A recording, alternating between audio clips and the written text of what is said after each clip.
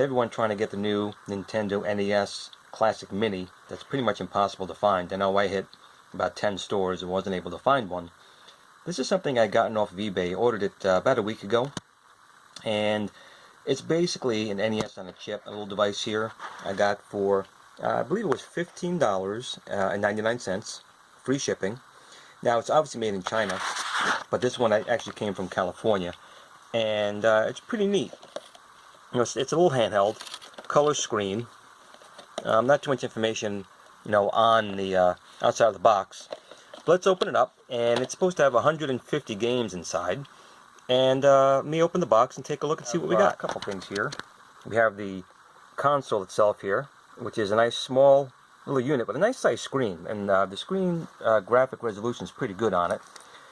You have the ability to connect it to a television. It's got some AV out cables and a little jack in here that you're going to plug into the handheld. Some very basic instructions. And let's take a look at this here. Get it out of the box. This thing's always fun with one hand. I'm going to have to pause this. Hold on a second, fellas. Okay, so here we have the unit outside the box. The plastic feels kind of nice. You can get them different colors. I think there's blue, black, white, and red. I like the blue.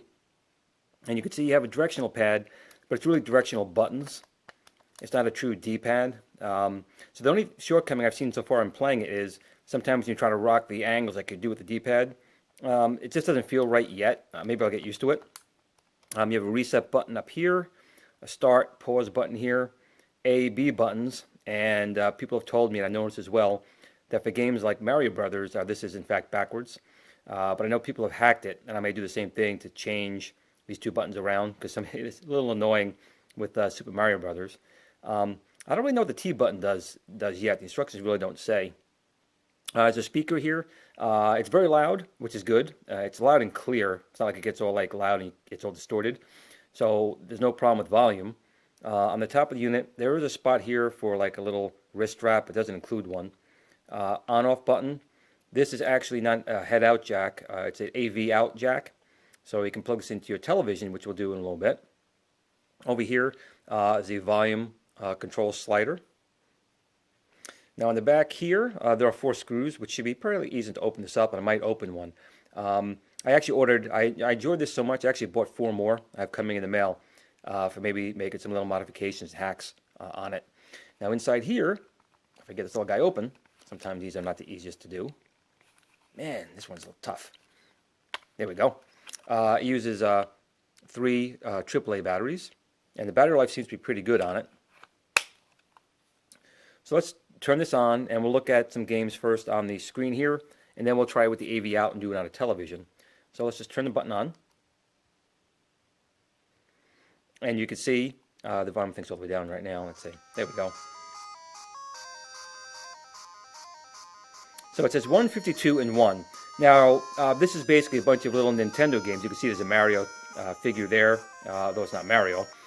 A lot of them are duplicates, so it's really not 152 total games as far as individual games, but it does have a lot of good games in here. And let's go take a look at the menu and see what we have in here.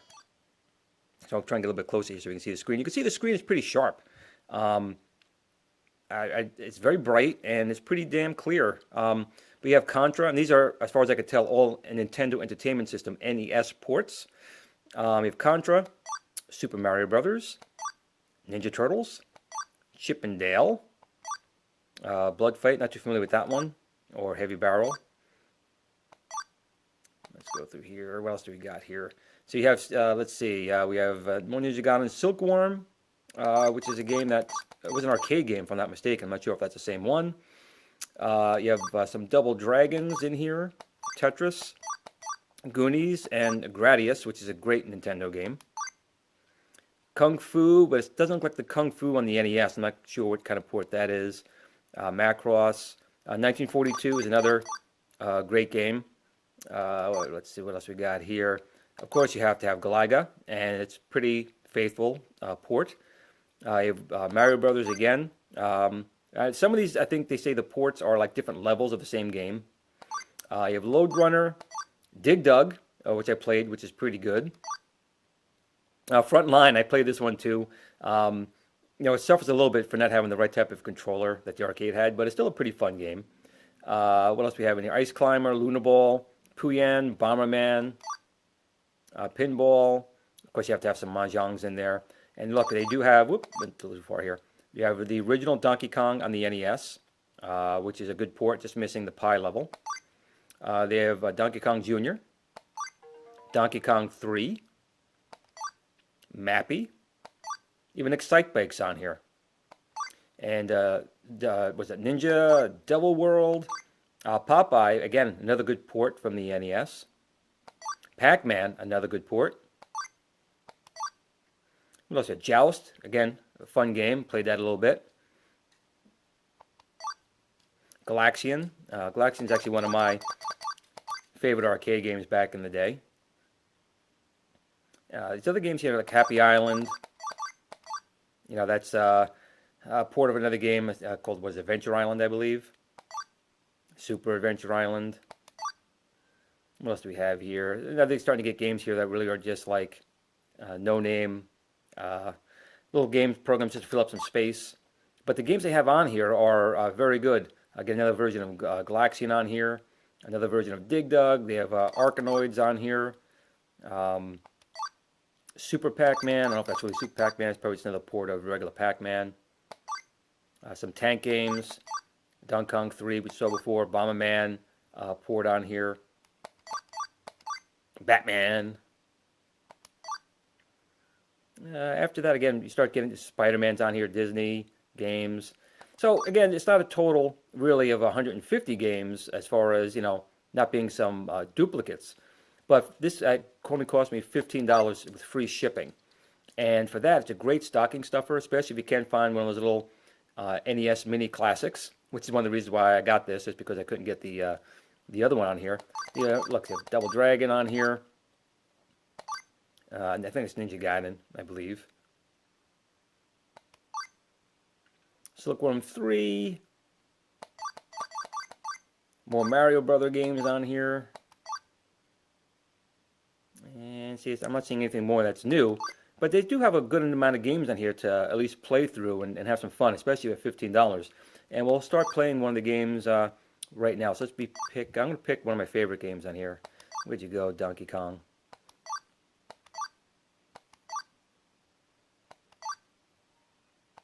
Oh, passed it. And here we go. Press the start button, or it's the A button. There we go.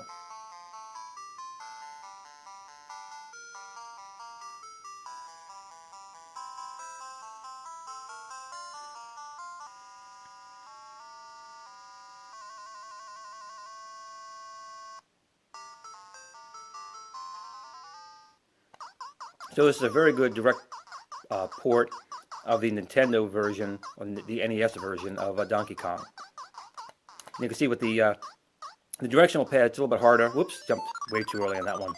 It's really hard to get the diagonals like to rock it because they're individual buttons, but I'm sure it's something you can get used to relatively quickly.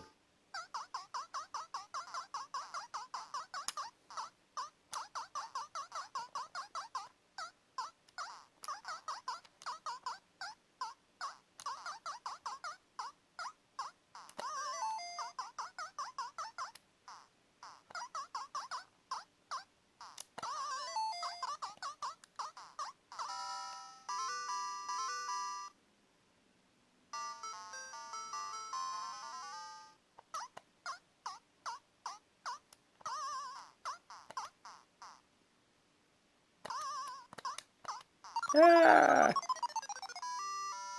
Alright, so we hit the reset button. That'll take you back to your main menu. Let's take a look at another game. Super Mario Brothers. Got to take a look at Super Mario Brothers. Now again, these buttons are backwards for the game. Your A button is now your jump. See? I want to press the jump button there, and it's this one. Hard to get rid of old habits.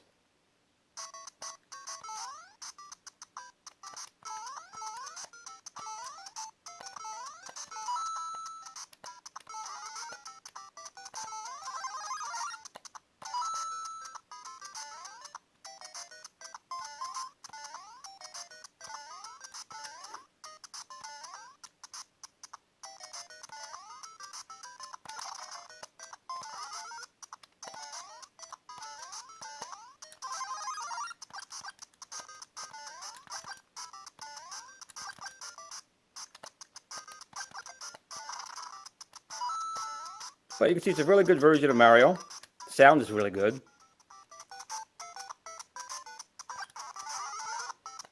Just those backwards buttons. Hit the reset button again.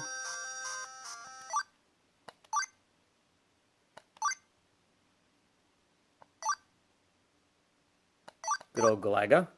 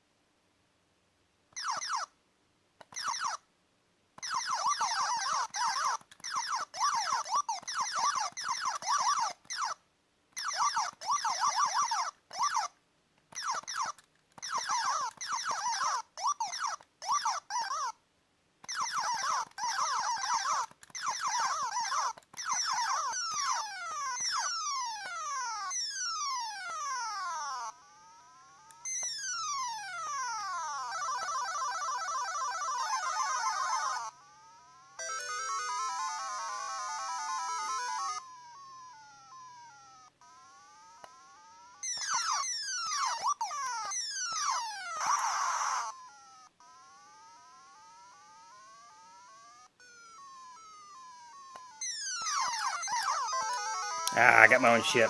Oh well. Bummers to you.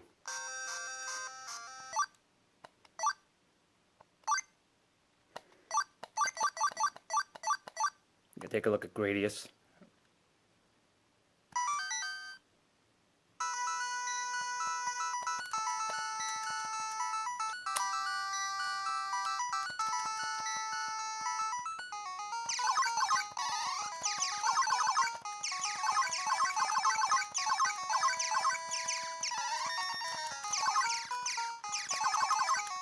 So again, unlike the Sega flashback consoles where the audio is all messed up, the audio sounds, to me at least, pretty true to the actual NES.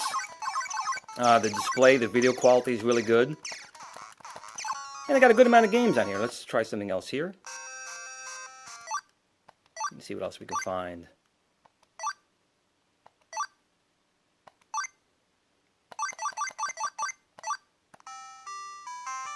Donkey Kong Jr.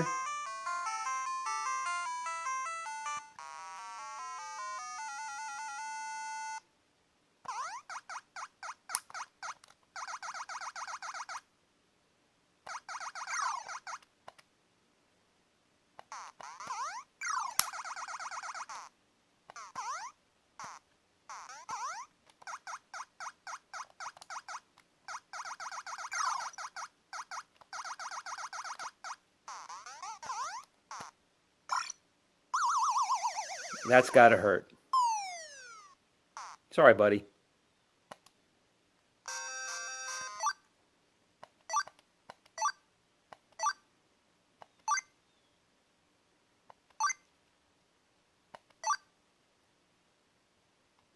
I'll do old Pac-Man.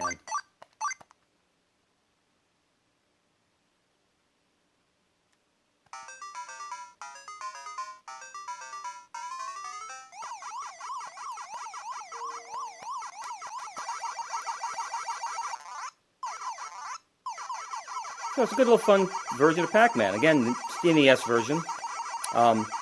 Again, everything works fine, looks fine, sounds fine.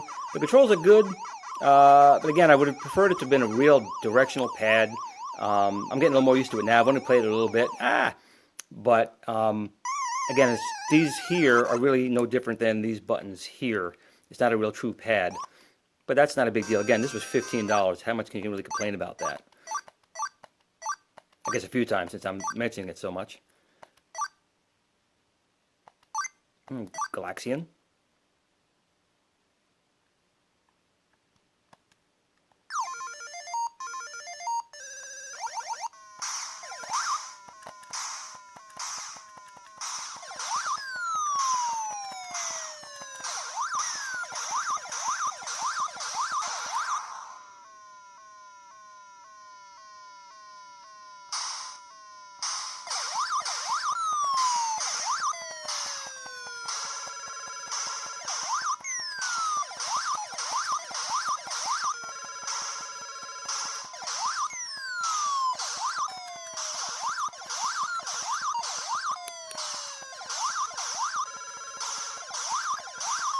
And of course you can pause the game.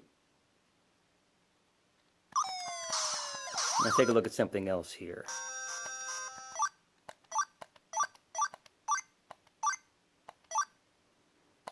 Popeye.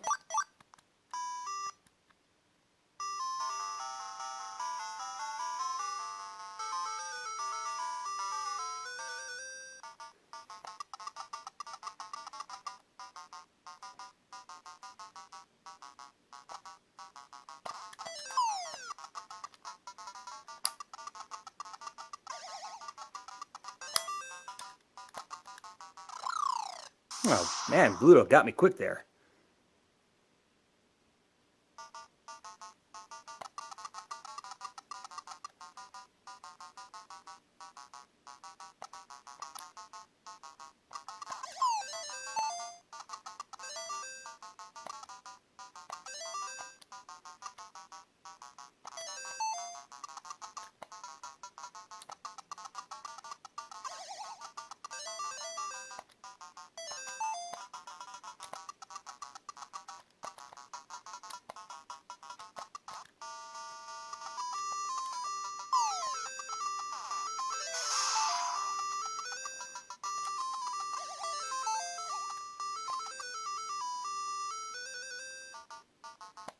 Let's see what else we have here.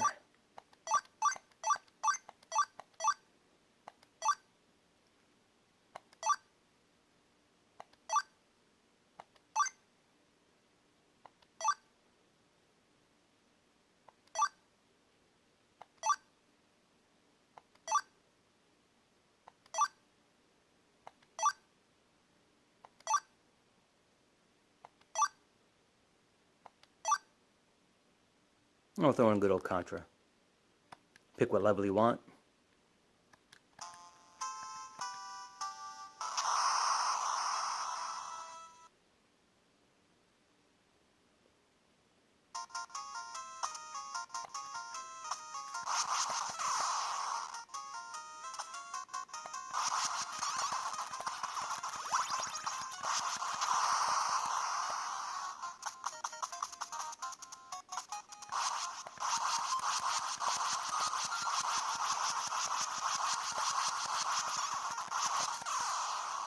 Now in a game like this, again, you can skip obviously levels ahead, but there's no like save states or anything like that. You can only play whatever level that someone else put on this chipset.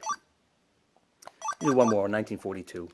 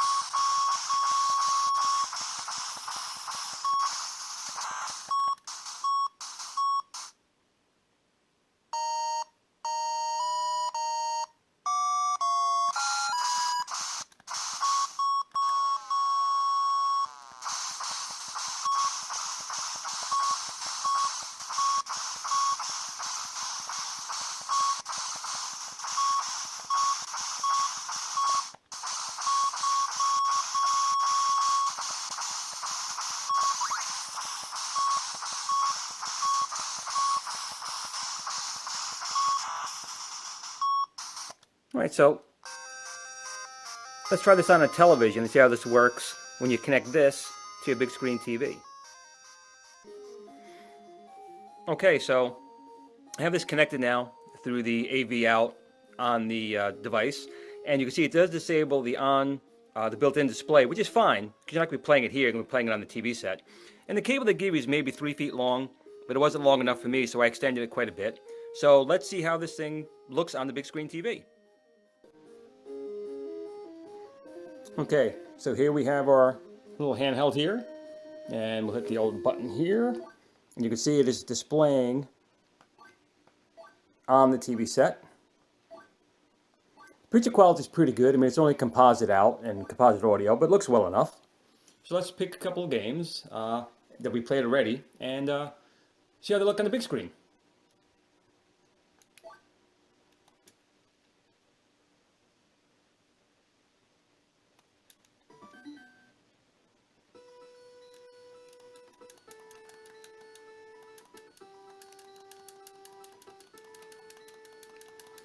I'll definitely say when recording this video, it's easier to play this way because it's easier to see on the big screen and not have to look down through a camera viewfinder. Not that I'm the best game player anyway, but I'll probably do a little bit better here now.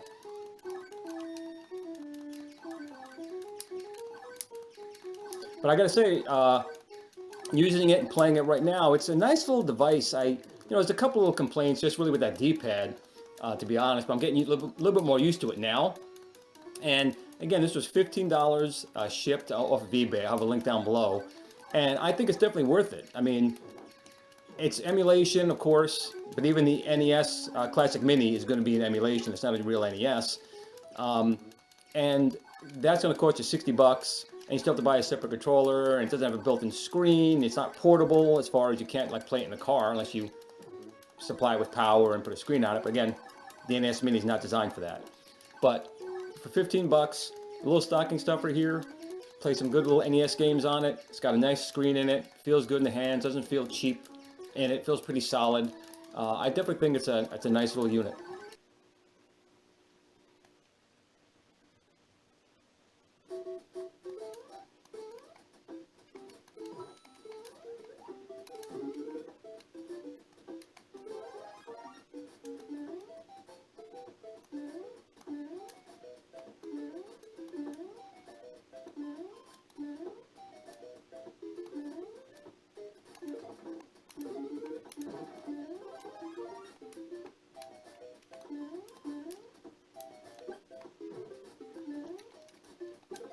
It's definitely a little hard to get used to with the buttons being backwards, but again, I know people have modified the controller to put the buttons the right way, or just get used to the way they have it set up.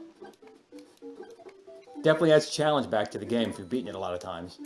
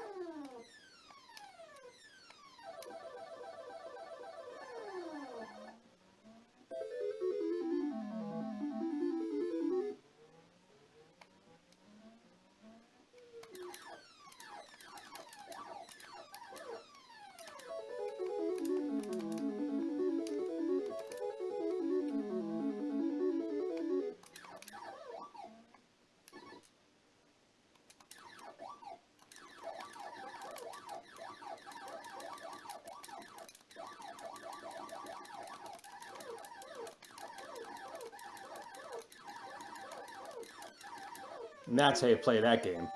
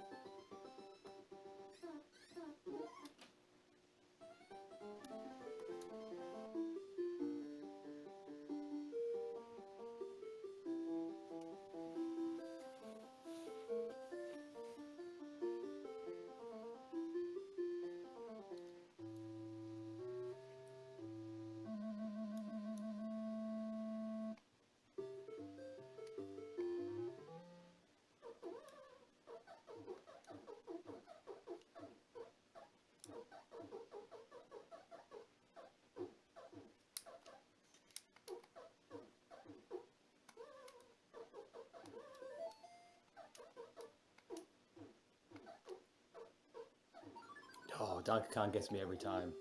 So again, the controls are very responsive. It just takes a little getting used to the way that they've done the direction buttons. I'm not going to even call it a direction pad, but I'm starting to get a little more used to it now, and it's starting to feel a little bit more smoother in how I'm able to move the characters around.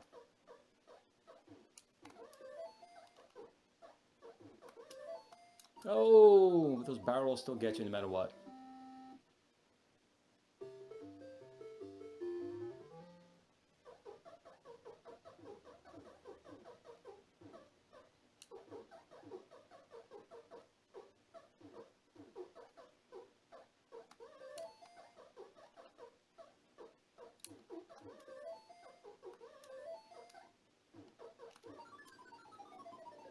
He's brutal.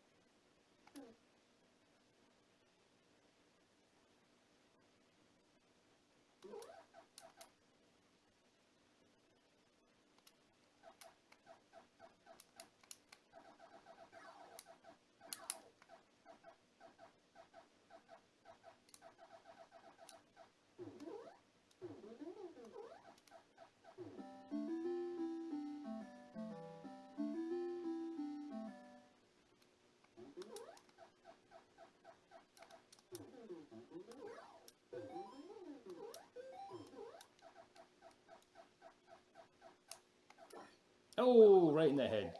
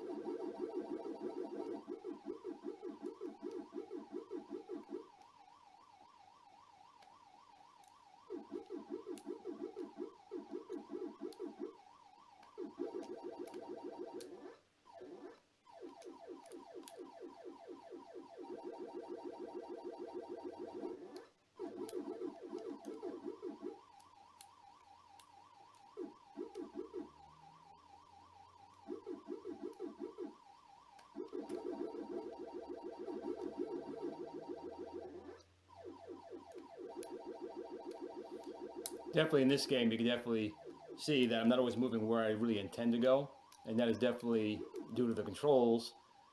Maybe still have to get a little more used to them. These ghosts are making out because of it.